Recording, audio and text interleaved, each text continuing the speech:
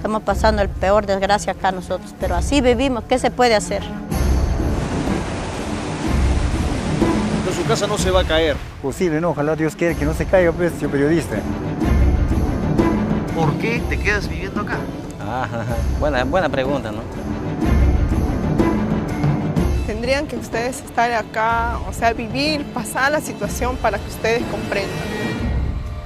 Porque si no, lamentablemente no nos vamos a comprender. ¿Cuántos millones en daños materiales? ¿Cuántas vidas que se fueron?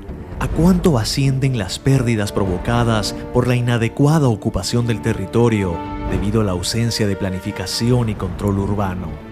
Entre la actividad sísmica y el cambio climático por un lado y la ocupación de zonas inapropiadas para vivir, la precariedad de los materiales de construcción y la falta de acción de las autoridades por el otro, las cifras no disminuirán.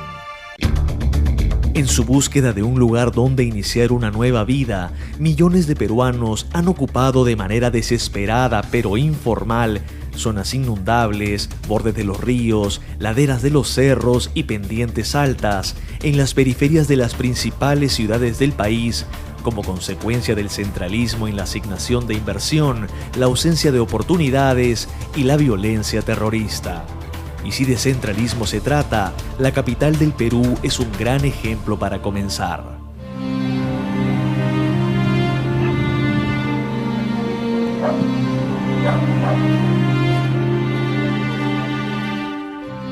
Se estima que más de 40.000 viviendas se han levantado solo en las laderas de los cerros de San Juan del Lurigancho, en la periferia de Lima. Aquí, entre esta cegadora neblina y al borde del abismo, las casas son depositarias habituales de piedras que descienden por efecto de esta llovizna. Un año, cuando llovió fuerte, se vino todas las tierras del cerro. Se entró a la casa y ya pues tenemos que estar sacando, escarbando ahí. Claro está que el desprendimiento de rocas es más penoso cuando es provocado por temblores, como las réplicas del sismo del 2007. La mayoría, como somos precarias, casas precarias, hemos tenido que salir a algún sitio descampado, porque como vivimos en las alturas, las piedras ruedan y caen sobre las casas y van rodando hasta la avenida. Miramos todo el cerro, nomás que nos va a aplastarnos. Cuando hay sismo ya seremos víctimas del muerto ya fijo ya nosotros, porque no hay nada que nos protege, nada. Nada protegió tampoco a las ciudades más cercanas al epicentro, asentadas sobre suelos inapropiados.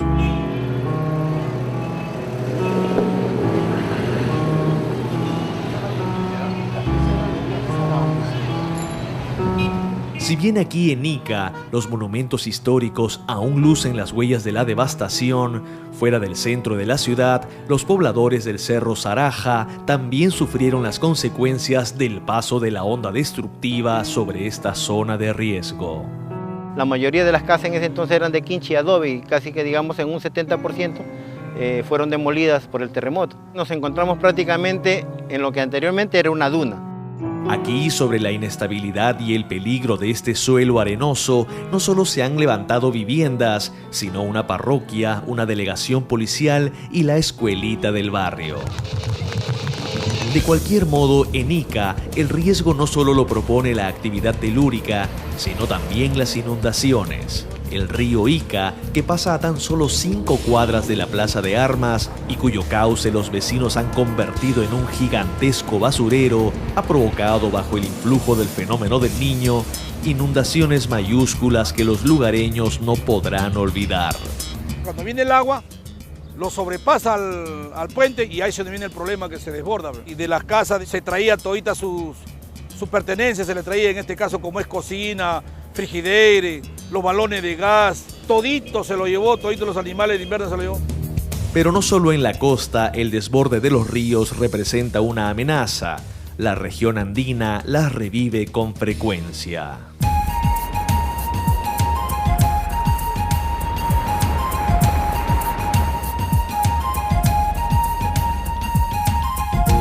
Por ahora, solo el trabajo comunitario ha podido parcialmente controlar las inundaciones que provocan las lluvias torrenciales del invierno huancaíno en asentamientos humanos como este, levantado en las riberas del Mantaro.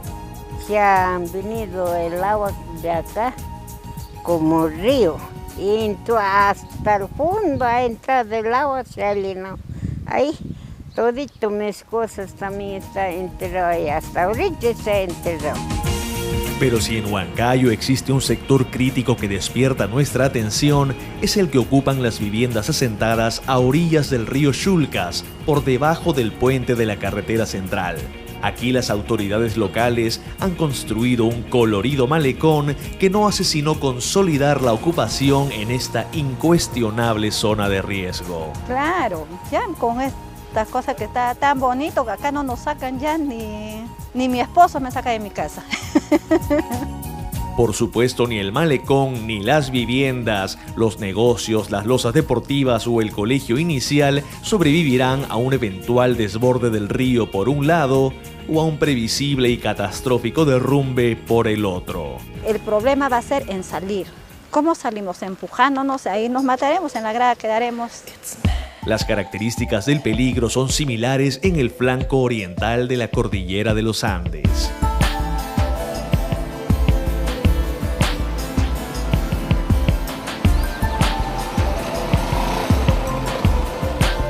Para llegar al pueblo de San Ramón en la Selva Alta es necesario cruzar este puente, intrascendente a simple vista, pero responsable de las principales desgracias de este cálido distrito. El puente que tenemos es muy angosto y el problema es que siempre que llueve todo el lodo, el tronco se acumula acá y rebalsa. Lo que ven ahí, donde está el poste, era la casa de mis papás. Como pueden ver, quedó así después del huaico. La casa que ven acá era la casa de mi hermana, solo quedó el primer nivel. El segundo nivel quedó destrozado. Empezó a inundarse en toda mi casa y no pudimos salir. Estábamos atrapados adentro. Y de ahí cuando se rompió la parte de adelante, en ahí recién salí yo. Mi papá no me pudo agarrar, pero más abajo me agarró y me sacó. Y entonces al final usted terminó regresando al mismo lugar. Sí, el mismo lugar. ¿Y no le preocupa que pueda venir otro? Sí, señor. Cuando llueve no dormimos, señor. Ya tenemos miedo ya. Y es que la manera en la que construimos y ubicamos nuestras viviendas contribuye a que la naturaleza sea implacable en la selva, y más aún en la selva baja.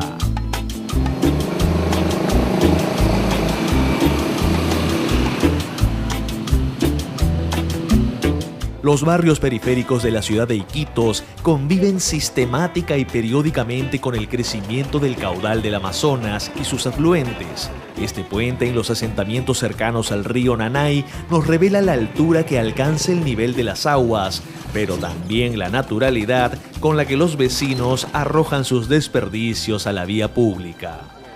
La convivencia con la inmundicia es dramáticamente notoria en el distrito de Punchana.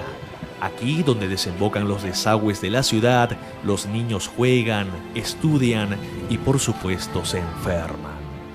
Lo que las criaturas paran sin zapatos, viven enfermos, diarrea, vómito. Aquí se han muerto cuantas criaturas, ¿sí? En la época de lluvias, esto se inunda. Todito se inunda, todo bajo de la casa, todito nos alargamos. Pero no solamente con agua de lluvia, sino con agua de todos los desagües. Todito del desagüe viene por acá, que bajan animales muertos, que viene todo del Camala. Inclusive ahorita, será la 1 o 2 de la tarde, va a salir de ese desagüe de acá de salud. Es una pestilencia medicina que no se puede ni comer. El mismo drama pasan los pobladores de Belén. Por aquí los desagües de la ciudad desembocan en el río Itaya, el lugar de tránsito y esparcimiento predilecto del vecindario. Tienen que acudir al río, pues, a hacer ahí de sus necesidades. Ahí lavan, ahí lavan sus platos, lavan sus ropas, ahí se bañan. Y tal como lo muestran estas imágenes, de estas aguas contaminadas también obtienen la pesca del día. Todo esto transcurre con naturalidad en la llamada época de secas, cuando las aguas no han llegado hasta los segundos pisos de las viviendas y no están devorando el litoral, lo que ha dejado al descubierto las raíces de los árboles y en muy alto riesgo las viviendas aledañas y hasta esta pequeña iglesia. pero son las viviendas en sí mismas un peligro para sus ocupantes. Esta señora ha perdido una pared y parte de su techo, por lo que pasará la época de lluvias cubierta con un plástico. Y esta familia entera se ha reubicado temporalmente debajo del colegio municipal, pues su vivienda de listones de madera y hojas de irapay sencillamente colapsó. Si se produce un incendio, todo se quema. Nosotros aquí no tenemos ninguna salida por donde ni entrar la cisterna de los bomberos. Lastimosamente, en las 3 regiones del Perú, la tendencia apunta al empleo de materiales precarios para la construcción de las viviendas. ¿La mayoría de las casas de qué material son? Rústicos, adobe o tapia, como lo ves. Pero el problema no es solo el material, sino el usarlo y combinarlo como corresponde. Bueno, los que tienen dinero construirán. Nosotros todavía ahorita estamos con estera, con maderita, con triplé. Yo ahorita vivo así en tierra, en piedra. Y no se puede mejorar las viviendas porque el mismo lugar, como se ha mencionado, es inundable, no se puede construir todavía de material noble. Otro problema lo representa las técnicas de construcción, o más bien la falta de orientaciones técnicas y el uso de sistemas constructivos seguros. En las zonas de riesgo a nivel nacional se apuesta forzosamente por la autoconstrucción. Cada cual construye con sus propios esfuerzos, con sus propios medios, ve la forma de cómo construir su hogar. Y hay veces creo que construyen sin el asesoramiento de un buen ingeniero, ¿no? Que de repente por falta de conocimiento o por falta de economía, no sé, ¿no? No, pues construyen por construir. Parece que estamos olvidados de parte de las autoridades. Tampoco los han orientado en la construcción de las viviendas, nada. Nada, absolutamente nada. Han vuelto a construir y imagínense, si se vuelve a salir el río, el alcalde, yo creo que esa es la persona encargada, debería de no permitir que vuelvan a construir, ¿no? En el mismo lado. Este año se va a arreglar. Cuando entra otro alcalde se va a arreglar. Nunca se arregla, señor, nunca se arregla. Toda la vida nos dan esperanzas y nunca se arregla, nunca nada. Estas condiciones se seguirán extendiendo entre los pobladores que habitan en zonas de riesgo, mientras las estrategias de reubicación o los planes de prevención y reducción de riesgo de desastres no se ejecuten de acuerdo a un programa que integre a autoridades locales, regionales y nacionales, medios de comunicación, sociedad civil y sobre todo a la población involucrada, para dejar de lado de una vez las soluciones parciales e insuficientes. Estamos en suspenso, mayormente siempre tratamos de juntarnos los vecinos, hacer guardias para ver si hay ruido del río o no. Usualmente los vecinos hacemos ahí faenas para poder desviar el agua o hacer zanjas para que pueda correr el agua. Falta el apoyo así del Estado, ¿no? Para que nosotros nos ubiquemos a lugares ya más seguros.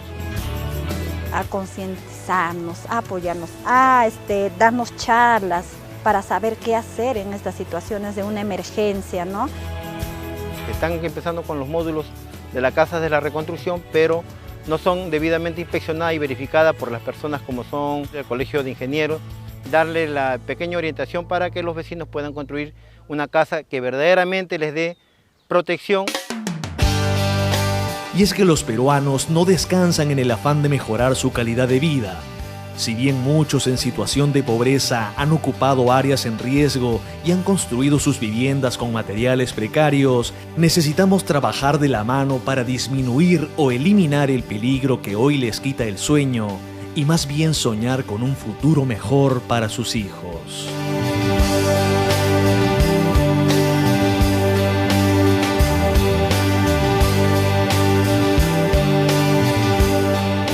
Programa de Gestión Territorial, impulsando la ocupación segura y sostenible del territorio.